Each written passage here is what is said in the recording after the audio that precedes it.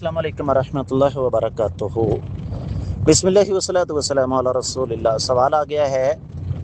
کہ ختم شریف کے قائلین ایک دلیل دیتے ہیں اور بہت بڑی دلیل دیتے ہیں کہ ہم اگر کھانے والی پینے والی چیزیں سامنے رکھ کر قرآن پڑھیں تو یہ تو بدعت ہے، تو کپڑوں کے نیچے بنیان پہننا بدعت نہیں، ہوائی جہاز پہ سفر کرنا بدعت نہیں، گاڑی استعمال کرنا بدعت نہیں،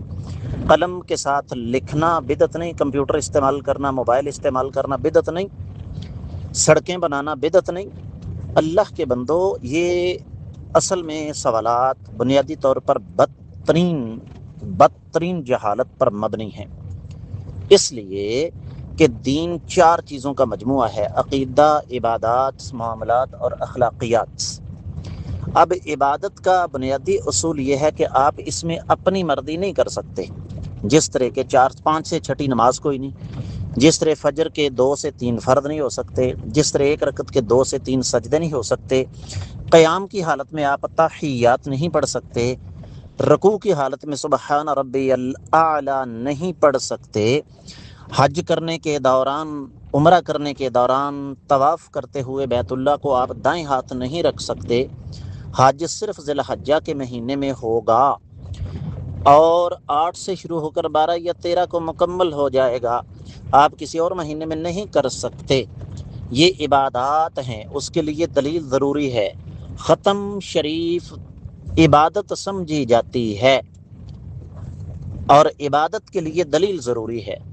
جہاں تک کپڑے پہننا، سفر کرنا، سڑکیں بنانا، کمپیوٹر، موبائل، قلم استعمال کرنا، گاڑیاں، موٹر سائیکلیں استعمال کرنا، ان کو عبادت کوئی نہیں کہتا،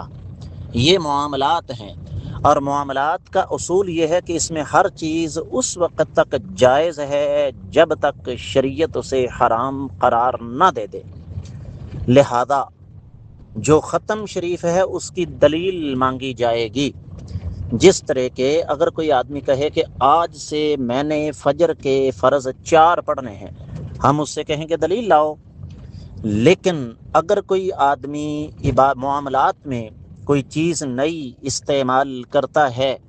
ہم اس سے دلیل نہیں مانگ سکتے، وہ کہے گا اگر یہ چیز حرام ہے تو منع کی دلیل لاؤ۔ اصل چیز یہ ہے، لیکن ہوتا یہ ہے کہ قرآن کہتا ہے کل حزب بما لدیہم فرحون،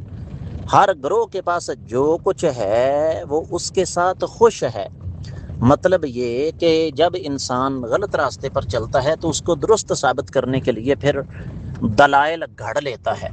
تو یہ اسی قسم کی ایک بات ہے۔ اللہ تعالیٰ ایسے لوگوں کو ہدایت نصیب فرمائے۔